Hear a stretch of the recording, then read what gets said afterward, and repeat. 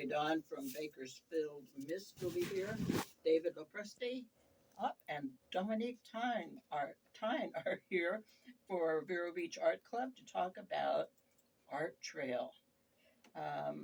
Dominique, Yes, ma'am. you are, just before we went on the air, you happened to mention that you are related to one of the original highwaymen. Yes, ma'am. I am the niece of James Gibson. He's a Florida highwayman. Back in the 1950s, they sold their paintings on the Yes, highways. I have interviewed James in the past. Wow. He was a delightful man as well as being tremendously talented, and so you're following in his footsteps. Yes, ma'am. I have no choice at this point because the passion it keeps pushing me to go. At this point, yes, ma'am. When did you start?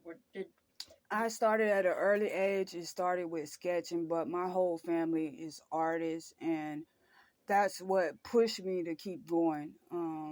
Even my uncle James Gibson, it's just the passion that he had that pushes me to keep going. So it's the legacy that I'm trying to continue. What's your medium? My medium is all different types of medium because I have a fashion design background, so I paint with acrylic, oil, and fabric paint, and pretty much whatever I get my hands on. I like that attitude. Yes, Where's ma'am. where's your studio? My studio is located at I can't think of the address right now, but it's Sunset Studios. You'll be able to Google it. We have the Art Trail map that you'll be able to look it up too.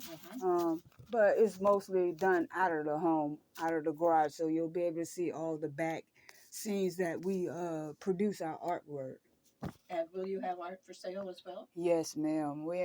We always have art for sale, even if it's in the back of the car. We ready. Okay, David Lopresti, are you new to Vero Beach? I think you're new to downtown, relatively new. Well, I moved to Vero Beach in '87, so I'm not all that new. No. But I've recently retired from my aviation career and really started tracking with some help from my father-in-law, encouragement from my father-in-law. Started to work on my artist self. And when was that? When did you get really Oh, seriously into it? Just 2-3 years ago.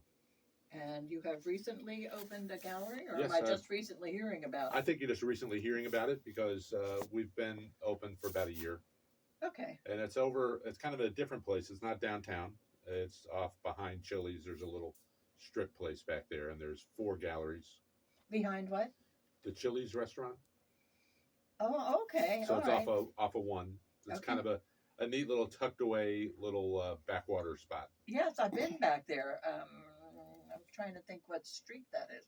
It's 7th Avenue. It's between, you turn down 10th Street to get back in there. Okay, and when people get the map for the art trail, Yes. they will be able to find out where it is. Yep, and I've been pretty involved with the art club.